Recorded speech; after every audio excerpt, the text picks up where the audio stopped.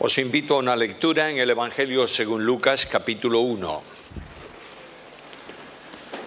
Evangelio según Lucas, capítulo 1, versículos 26. Vamos a hacer una lectura más larga que la habitual, 26 al 35. Aunque de toda esa lectura yo voy a tomar solamente el versículo 35. Dice así la palabra del Señor. Al sexto mes el ángel Gabriel fue enviado por Dios a una ciudad de Galilea llamada Nazaret, a una virgen desposada con un varón que se llamaba José, de la casa de David. Y el nombre de la virgen era María. Y entrando el ángel en donde ella estaba, dijo: Salve, muy favorecida, el Señor es contigo, bendita tú entre las mujeres. Mas ella, cuando le vio, se turbó por sus palabras y pensaba: ¿qué salutación sería esta? Entonces el ángel le dijo: María, no temas, porque has hallado gracia delante de Dios. Y ahora concebirás en tu vientre y darás a luz un hijo, y le llamarás su nombre Jesús. Este será grande y será llamado Hijo del Altísimo, y el Señor Dios le dará el trono de David su padre, y reinará sobre la casa de Jacob para siempre, y su reino no tendrá fin. Entonces María dijo al ángel: ¿cómo será esto? Pues no conozco varón. Respondiendo el ángel le dijo: el Espíritu Santo vendrá sobre ti y el poder del Altísimo te cubrirá con su sombra, por lo cual también el santo ser que nacerá será llamado Hijo de Dios. Estamos recordando en este tiempo de Navidad algunas cosas que la Navidad representa en relación con Dios, o que Dios es para la Navidad. De manera que el primer tema de esta serie consistió en ver la Navidad desde la fidelidad de Dios, y especialmente en relación con el Padre. Dios es fiel, y porque es fiel, Cristo nació, y porque es fiel, dio a su Hijo, y porque es fiel, habilitó todo lo necesario para que el Verbo eterno irrumpiera en la historia de los hombres hecho hombre, en unidad espiritual como siempre tuvo con el Padre y con el Espíritu Santo. El Hijo vendrá al mundo para exhibir el amor de Dios. La Navidad es la expresión suprema del amor de Dios, y este será el último tema de la serie. Pero el Espíritu Santo irrumpe en Navidad para demostrar o presentar la omnipotencia de Dios en salvación. Y aquí tenemos el versículo clave de todo este pasaje. Está la historia emotiva de María, las palabras del ángel. No olvidéis, por favor, que a veces los evangélicos no predicamos excesivamente de María. A lo mejor no predicamos nunca. Podemos hablar de Barrabás, pero no hablamos de María. No sea que nos consideren ecuménicos o cualquier cosa por el estilo. Es la única persona en el Nuevo Testamento con 3 calificativos: agraciada, bienaventurada, bendita. Es una mujer excepcional. Y mientras no vayamos a ella en el sentido de analizar su vida, perderemos tremendas lecciones para nuestra vida propia. Ahora, este entorno de Navidad del capítulo, la anunciación del nacimiento de Cristo, concluye de una forma muy precisa. María se pregunta: ¿cómo va a ser esto?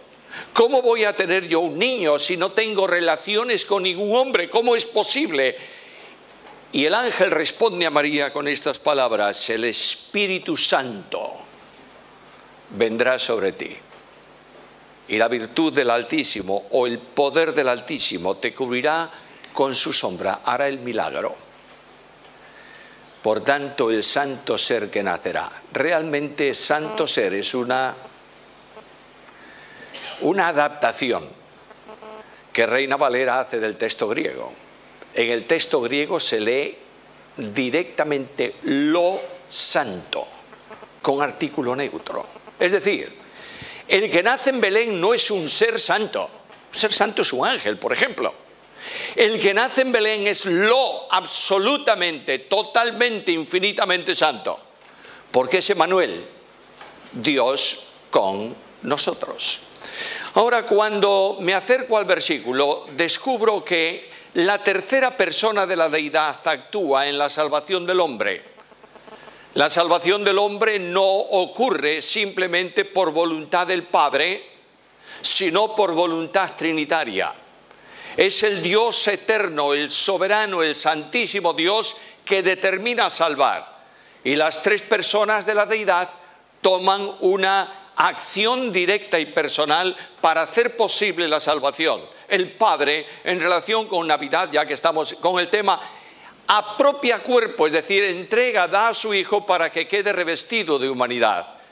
El Espíritu Santo va a hacer posible ese milagro admirable de omnipotencia divina, por lo cual en el seno de una mujer virgen va a concebir, gestar y alumbrar un niño, y llamará su nombre Jesús.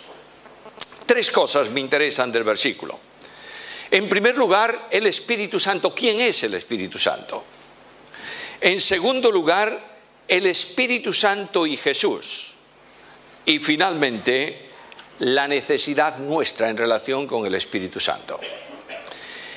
Hay un enorme desconocimiento en relación con el Espíritu Santo. Algunos buscan el Espíritu Santo para el espectáculo, para cosas que son a ojos o según reflexión del hombre, imposibles para el hombre, y están pendientes de que Dios haga algo extraño cada vez que se congregan.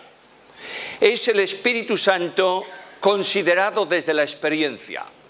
La experiencia del hombre es mala siempre, porque no es capaz de controlar las grandes verdades de Dios en el sentido amplio de la palabra. Por otro lado están los que simplemente estudian el Espíritu Santo como una razón dogmática, de manera que estudiamos sus nombres, estudiamos sus atributos, estudiamos sus perfecciones, estudiamos sus dones, estudiamos su operación salvadora, estudiamos y llenamos la cabeza de datos sobre el Espíritu Santo. En el mismo sentido, en la misma dimensión, estamos equivocados. Porque el Espíritu Santo no está para ser definido. El Espíritu Santo está para ser vivido. Y precisamente cuando el Espíritu Santo se hace vida espiritual en la persona, esa persona es llevada en triunfo siempre en Cristo Jesús. Ambos extremos. El efusivo, llamémosle así, no quiero mencionar palabras que puedan ofender a alguien, el efusivo y el dogmático no son formas de acercarnos, según el versículo, al Espíritu Santo de Dios. Primera cosa, el Espíritu Santo es Dios. Tú abres Mateo capítulo 28, versículo 19, y Cristo da el nombre de la deidad en el Nuevo Testamento. Y dice: id a las naciones, haced discípulos bautizándolos en Él, no en los, en el nombre del Padre y del Hijo y del Espíritu Santo. El ser divino, Dios no es una persona, es un ser. El ser divino existe eternamente en tres personas: la persona del Padre, la persona del Hijo y la persona del Espíritu Santo. Cada una de estas personas es Dios verdadero.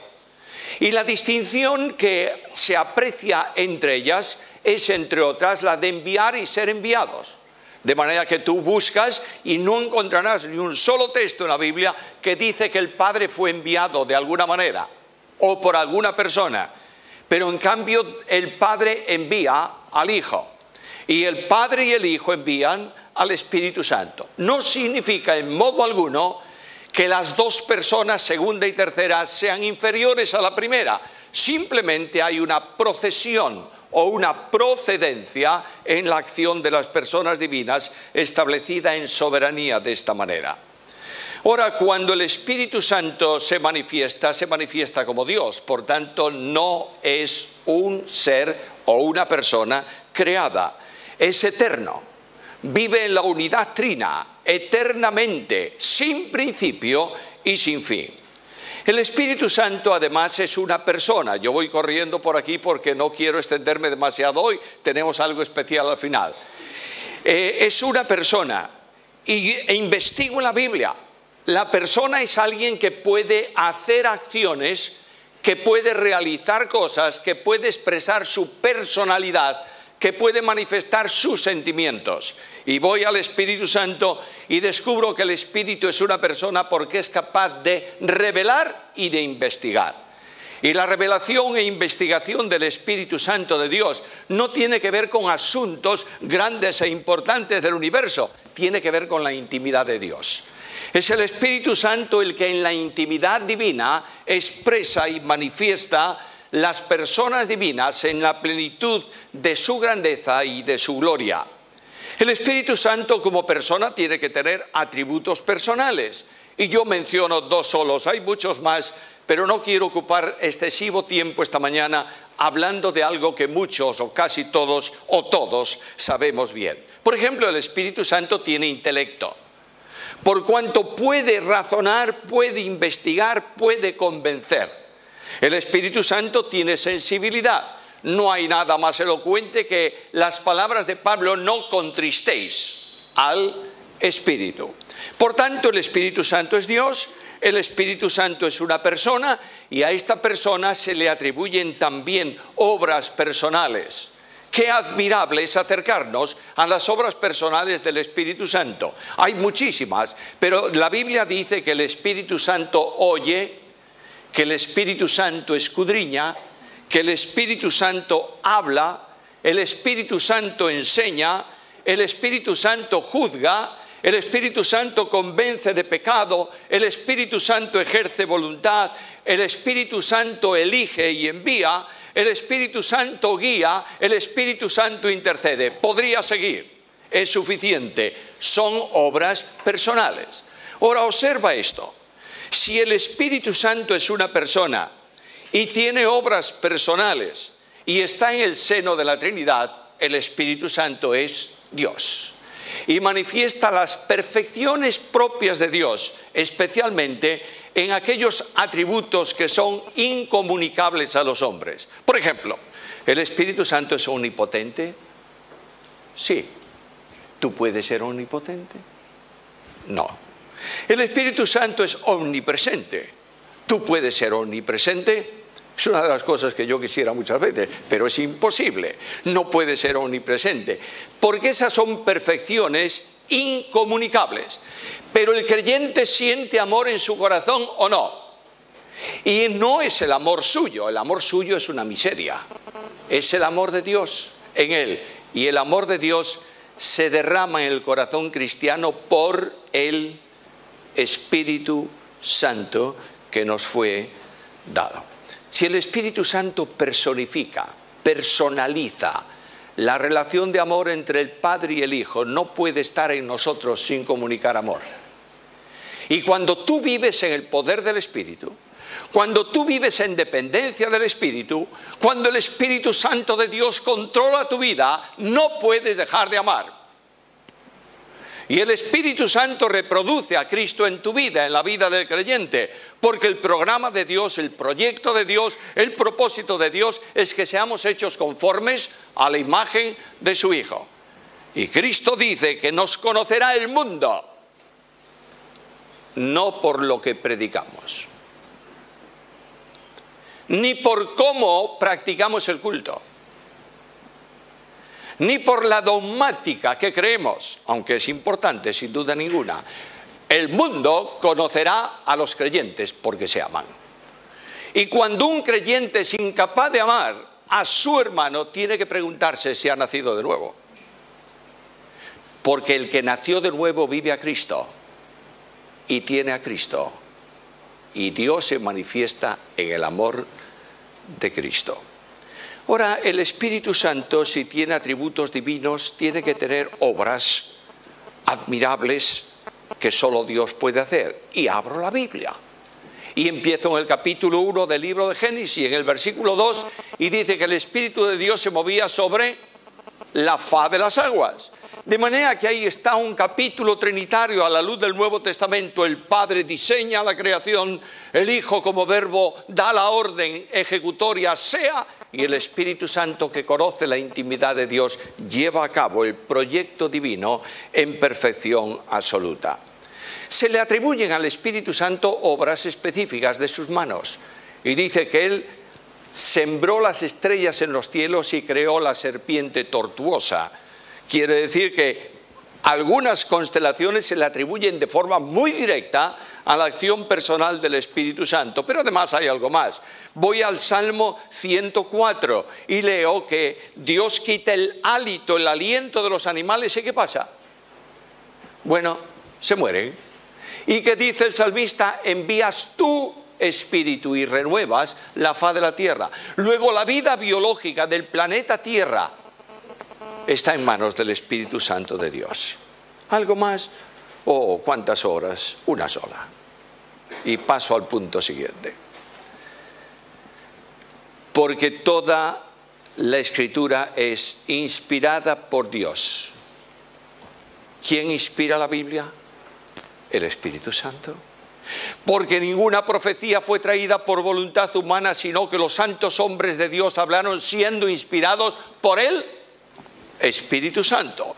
Este maravilloso volumen, que tú lo abres en Éxodo y lo llevas hasta el Apocalipsis y encuentras armonía y coordinación absoluta en ella, donde las palabras escritas siglos atrás son nuevas en el tiempo presente, solo es posible por la acción de Dios el Espíritu Santo. Esta maravillosa persona de la deidad viene al mundo de los hombres para asumir su responsabilidad pactada en la eternidad y engendrar en el seno de María la naturaleza humana del Verbo de Dios. El nacimiento de Jesús es algo singular. Hablaré de él cuando me corresponda dentro de unos domingos. El nacimiento de Cristo es una verdad muy sencilla de expresar, muy difícil de entender.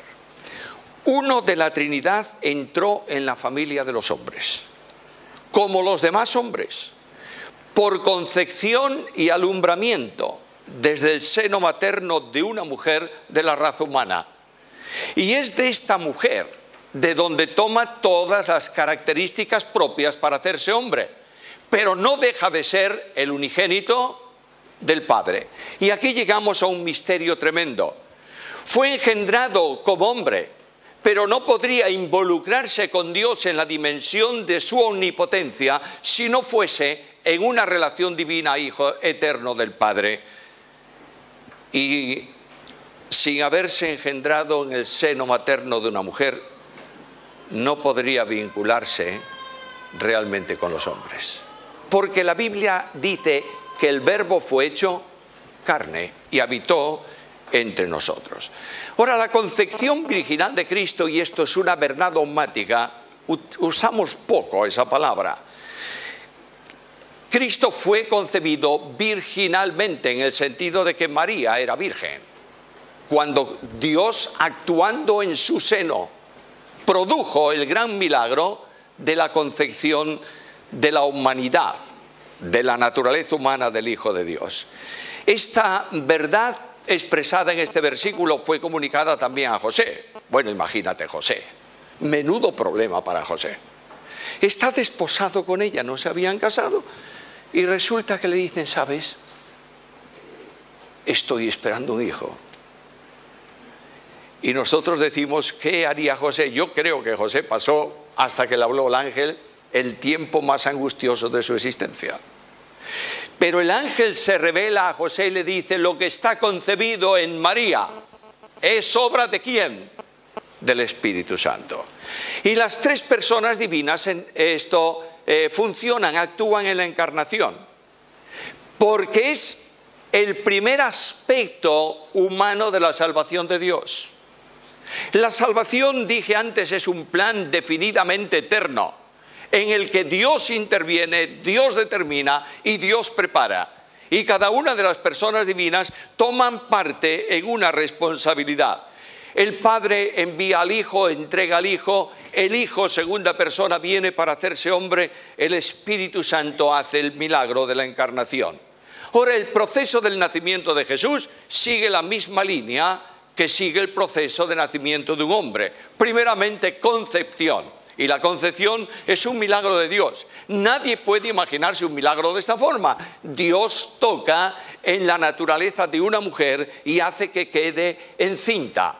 Y de ahí se produce un proceso de gestación, 9 meses como cualquier madre con su hijo. Y pasado ese tiempo Jesús es alumbrado en Belén, en días de Herodes, y es depositado envuelto en pañales en un pesebre de un mesón. Ahora, el hecho que se produce, hermanos y amigos, es portentoso. Nadie puede imaginarse cosa semejante.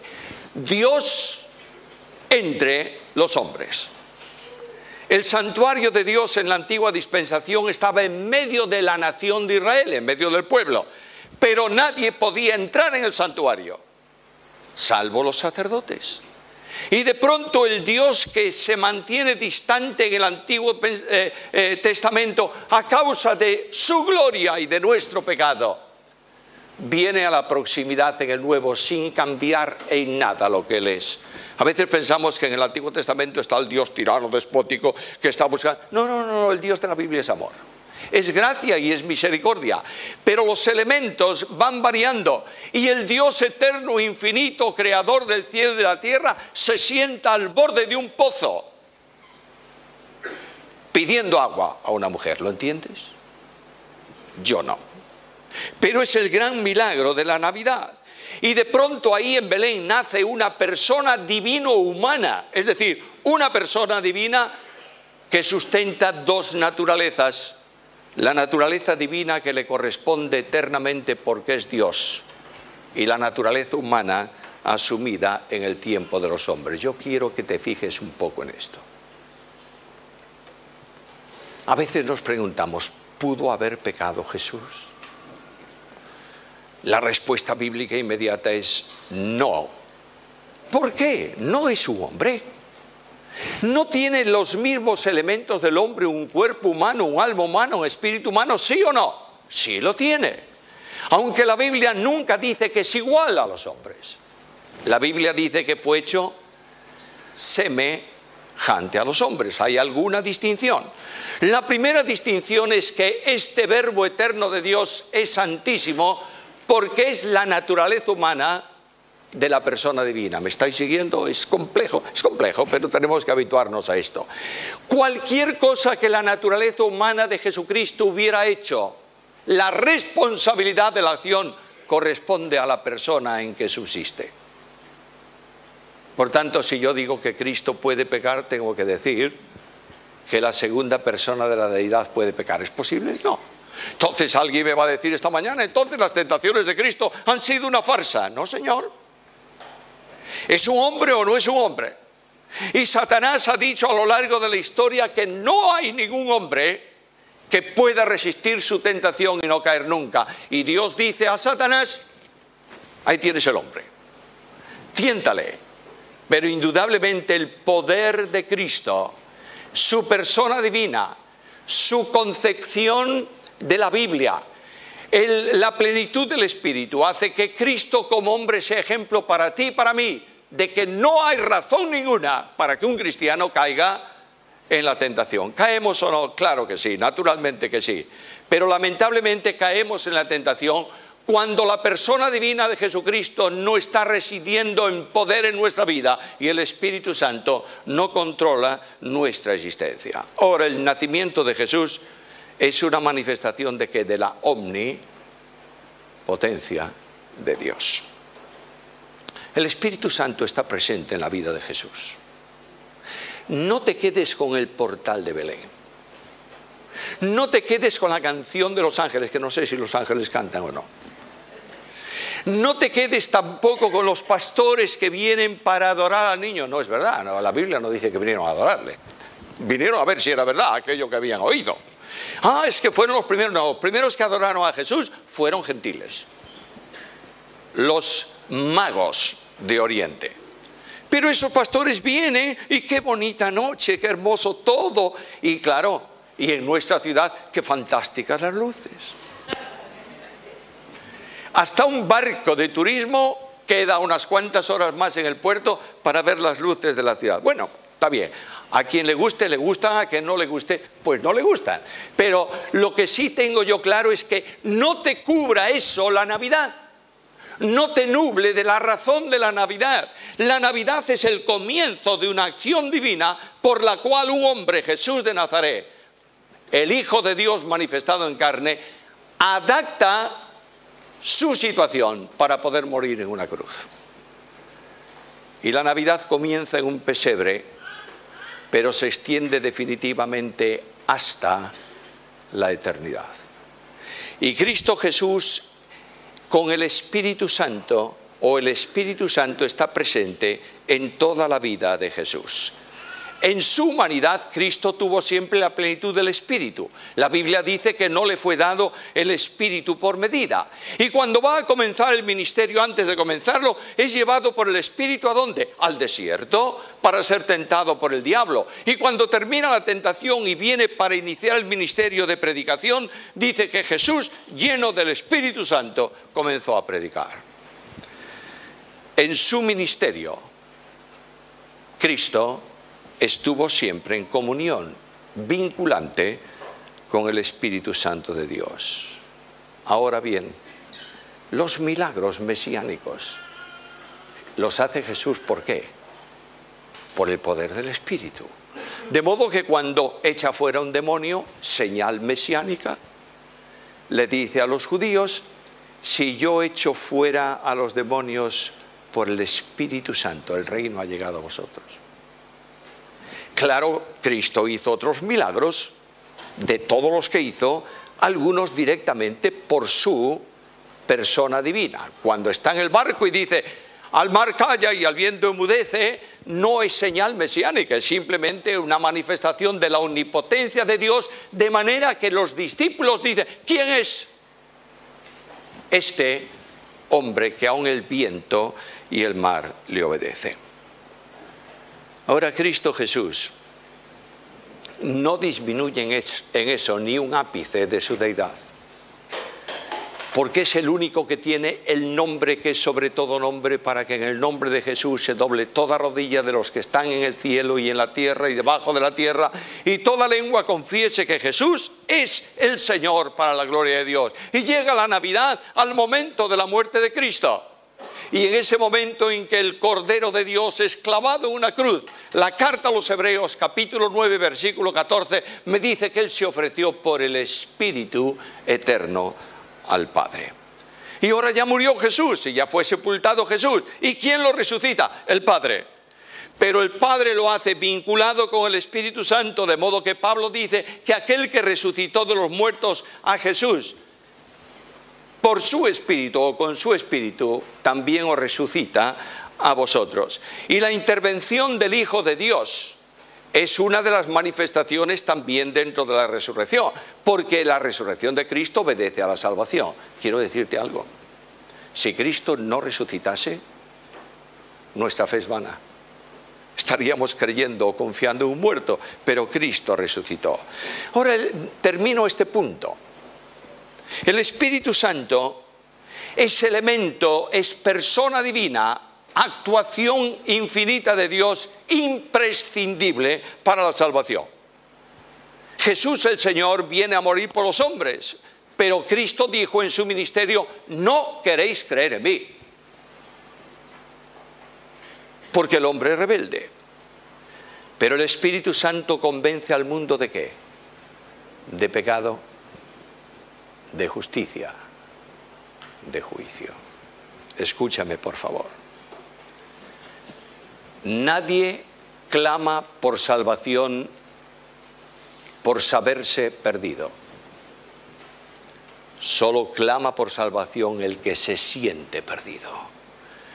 Y de pronto se predica la cruz de Cristo. ¿Cuántas veces la habréis escuchado todos los convertidos aquí esta mañana a Jesucristo? ¿Cuántas veces habéis oído el mensaje del Evangelio? Y el mensaje del Evangelio fue tan claro al principio como al final, pero solo un día en tu experiencia personal sentiste rugir el fuego del infierno debajo de tus pies y tu condenación marcada por tu pecado, y clamaste a Cristo. y fuiste recibido a misericordia. ¿Quién cambió esa dimensión? El Espíritu Santo de Dios. Que mientras Satanás procura que por fuera las tinieblas cieguen los ojos en la predicación del Evangelio, el Espíritu Santo resplandece por dentro, en el corazón del hombre, y lo conduce a Jesucristo, y se produce el gran milagro que se origina en el hecho de la Navidad. El Padre llama a salvación, el Hijo admirable salva al pecador, el Espíritu Santo sella y regenera al hombre. Oh, amigos míos, mis hermanos, no podemos hablar de salvación sin hablar de regeneración. ¿Entiendes bien esto? Porque cuando una persona cree en Cristo es nueva criatura. ¿Y qué dice la Biblia? Las cosas viejas pasaron. Y en mi frente espiritual, en mi persona espiritualmente hablando, está el sello de Dios, que dice a ángeles, a principados y a potestades: este hombre es propiedad mía. Y no hay condenación. ¿Para quién? Para los que están en Cristo Jesús. Ahora, ¿cuál es la necesidad que yo tengo en relación con el Espíritu Santo? Escucha la Biblia. Mas vosotros no vivís según la carne, sino según el Espíritu, si es que el Espíritu de Dios mora en vosotros. Y si alguno, escucha esto por favor, si alguno no tiene el Espíritu de Cristo, no es de Él. Yo quiero advertirte seriamente, a la luz de la Biblia, no hay segundas experiencias. No hay creer en Cristo hoy y recibir el Espíritu mañana. O recibes el Espíritu cuando crees o no has creído. Esa idea de que el Espíritu Santo vendrá a manifestarse en tu vida un tiempo después de que mientras tanto solamente has creído, no está en la Biblia. Y Pablo dice contundente, categóricamente: quien no tiene el Espíritu de Cristo, no es de Cristo. La Biblia es muy clara en cuanto a salvación, y el Espíritu Santo que convence de pecado sella al creyente para siempre como propiedad de Dios. Ahora, para tener el Espíritu de Cristo, necesitas tener a Cristo. Juan Marcos nos decía el domingo pasado, creo que era, que nos hablaba del significado, del sentido de esa palabra, Navidad. Nativitas, nacimiento. En el corazón del hombre puede hoy, espiritualmente hablando, nacer Jesús. Y puede comenzar una relación especial con Él, de oveja perdida a comunión con el pastor, de hijo pródigo al abrazo del Padre, de persona muerta en delitos y pecados a persona vivificada en Cristo Jesús, de persona sin esperanza a tener la esperanza viviendo en su vida, porque la esperanza del creyente es Cristo. ¿Comprendes bien esto? Dios te ha traído esta mañana a este lugar, no para escuchar un sermón más o menos dado de una forma o de otra, no para llenarte y saturarte de conceptos teológicos. Te ha traído para preguntarte dónde está Cristo en tu vida. Y por tanto, ¿dónde está el Espíritu Santo de Dios? Si no tienes a Cristo, no tienes esperanza. Puede ser un hombre o una mujer que asista todos los domingos puntualmente al culto, que cante canciones espirituales y cierre sus ojos para cantarlas en una expresión de embeleso espiritual. Puede ser que conozcas capítulos enteros de la Biblia. Si no conoces a Cristo, no tienes esperanza. Y esta esperanza la puedes tener esta mañana, si ahí donde tú estás dices al Señor Jesús, en las palabras que tú tengas, Señor Jesús, soy un pecador. Necesito que perdones mis pecados. Te entrego mi vida. Recíbeme y sálvame. Y cuando tú haces esta expresión personal con fe y depositas esa fe en Jesús, la Biblia dice que el que cree en el Hijo tiene vida eterna y no vendrá a condenación, ha pasado de muerte a vida. Y yo no sé si esta mañana habrá alguna persona entre nosotros que quiere decir al Señor Jesús ahora al final de este culto, Señor Jesús, sálvame y perdóname. Yo quisiera orar por él o por ella un momento antes de concluir. Y quisiera pedir que si alguien esta mañana en este lugar, aquí abajo en el salón o allí arriba en el palco, dice a Cristo, Señor Jesús, gracias por salvarme, yo te recibo como Salvador, yo le ruego que ahí donde está levante su mano para que sepamos que hay alguien entre nosotros hoy que está recibiendo a Cristo como Señor y Salvador personal. Dios te bendiga.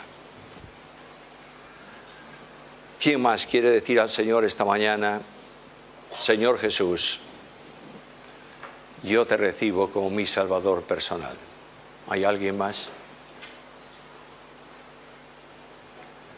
Pero no quiero terminar sin una invitación muy cariñosa a mis hermanos amados. Escucha el mandamiento. Andad en el Espíritu. Y es posible que a lo largo de nuestra experiencia como creyentes estemos viviendo en distancia del Espíritu. No permitamos al Espíritu funcionar con libertad en nuestra vida. Estemos pasando por momentos de crisis espiritual. Seamos cristianos, un cristiano falto de amor, falto de paz en el alma, falto de gozo íntimo en el corazón, sin esperanza cierta en los problemas de la vida, y tú quieres terminar con esta situación. Di al Señor esta mañana, Señor, transfórmame, cámbiame, modélame. Señor, que tu Espíritu en poder, en plenitud, venga a ocupar mi vida y mi corazón. Quiero caminar en el poder de tu Espíritu desde ahora en adelante. También quiero orar por estos hermanos. ¿Hay alguna persona hoy entre nosotros que dice al Señor, yo quiero vivir en la plenitud del Espíritu? Dios te bendiga, Dios te bendiga. Que Dios os bendiga. Es la grandeza de la Navidad, ¿sabéis? En donde el omnipotente Dios viene al encuentro del necesitado para hacer de él una experiencia nueva en Cristo Jesús. Oremos. Padre nuestro y Dios nuestro, no podemos entender en la dimensión del milagro de la Navidad la grandeza de tu omnipotencia, pero podemos experimentar en nuestras vidas el omnipotente poder del Espíritu Santo que cambia nuestra situación. Y la gloriosa y admirable dimensión de tu Hijo que recibe a todo aquel que acude a Él y en un acto de fe deposita su vida en tus manos. Dios de la gracia y de la misericordia y de la compasión, te adoramos porque tú no haces acepción de personas y porque tu Hijo Jesús nació para morir por todos en una cruz. Señor, que esta mañana tu Espíritu toque nuestras vidas. Quiero pedirte por estas personas que hoy han dicho al Señor, Señor Jesús, perdóname y sálvame, y tal vez hay más. Oh Señor amado, tómalos en tus manos. Deposita tu gracia en sus vidas y condúcelos por caminos de justicia por amor de tu nombre. Y aquellos hermanos que han dicho hoy, yo quiero vivir en el poder del Espíritu, Señor nuestro, que tu Espíritu tome control de esa vida. que tu espíritu reproduzca a Jesús en ella y que tu espíritu lleve a tu iglesia en triunfo siempre en Cristo Jesús. Gracias por todo. Recibe, Señor, nuestra adoración que te damos en el nombre de Jesús. Amén.